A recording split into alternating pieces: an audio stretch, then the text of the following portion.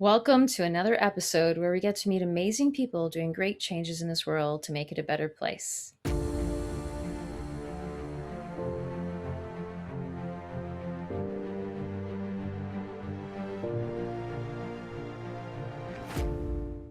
Hi, I'm your host, Jennifer, and I'm so excited to have you here today to be able to meet a wonderful healer in this world who's helping support our children, our families, and our communities find resilience during these challenging times.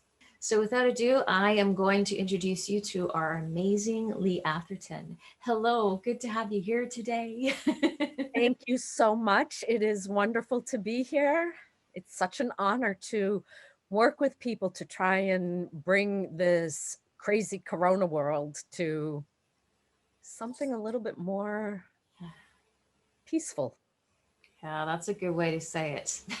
That is really, yeah. Often with grief, don't you find that people have there's a sense of guilt, like we take on, we self-loathe, I guess is the word that comes to mind.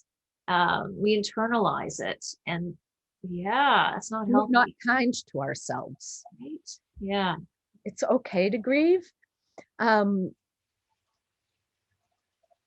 And it's grieving and going through that process doesn't mean that you stop loving what you've lost. And if you don't allow yourself to grieve, a lot of people just stuff their feelings. Society suggests we stuff our grief because we are a death-denying society and people are afraid of it, right? If you do that, it's going to come back to bite you.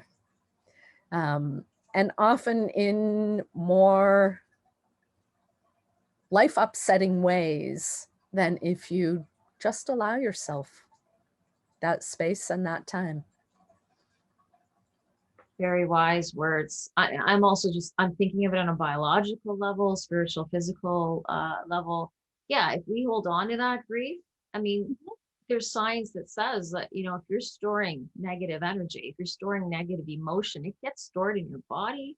And over time, it can lead to illness. It can lead to depression, right? That mental illness piece. It's not serving us. And Right. yeah, so tips, suggestions on how we can sort of get rid of those boulders in our pack. Do you have? I'm sure you've got lots. Yes, it's remind yourself that it's okay to grieve. Take care of yourself. Self-care is not a 4-letter word. It's 8 letters. It's okay. And never hesitate to reach out.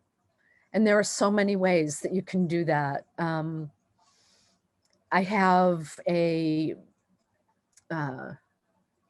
something people can subscribe to, 365 days of grief support. And it's a daily email. And in there, I offer tips. If you're feeling like today is a really heavy day, how about pick up the phone and call a friend and just go out for a cup of tea? Awesome. Or call someone and say, I'm having a hard day today. Can you give me a hug? Even if it's a virtual hug. Even those simple little things can make a difference instead of just keeping yourself in isolation. Oh, those are some great tips. Also, living in a space of gratitude. Don't you find that so key? Mhm. Yeah, maybe we can speak to a little bit about that in terms of the importance of being grateful despite what we might be going through. The power of gratitude. Yeah. It's so huge, so huge. Um, when you're even when you're in the depths, right? You mentioned depression, so this can be in anyone's life, whether they're grieving or not, having overwhelm.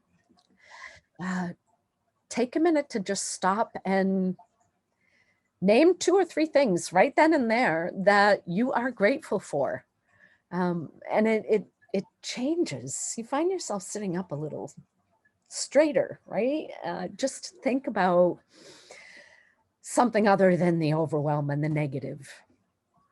I do a funny thing every night when I go to bed. I start with the alphabet and I go through, all right, something that's A that I'm grateful for today. And it's really fun. You can make it a game, right?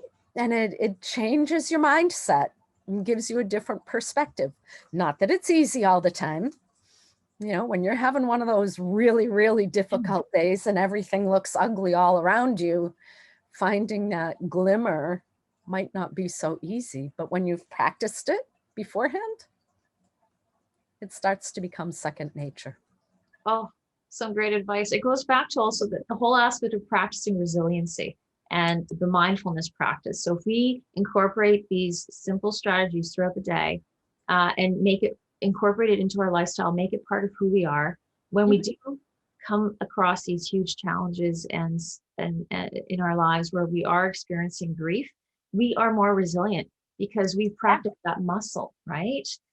And so being grateful, practicing that state of gratitude as a state of being can help us be so much more resilient when we're faced with these really big challenges. Am I correct in saying that? You are, and that's a fantastic analogy, the muscle of resilience, because we all know, you know, if you work out, you're going to be less winded when you run the race. And it is the same for our emotional well-being. What a gift to be able to give to our children, right? To teach them these tools. I love the alphabet skill that you have. Yeah, the alphabet gratitude game. I love it. Yeah, there are only so many items that begin with the letter X, right? Yeah. And if we speak a different language, that can be challenging. Yeah, I have a lot of fun. I love it. I love it.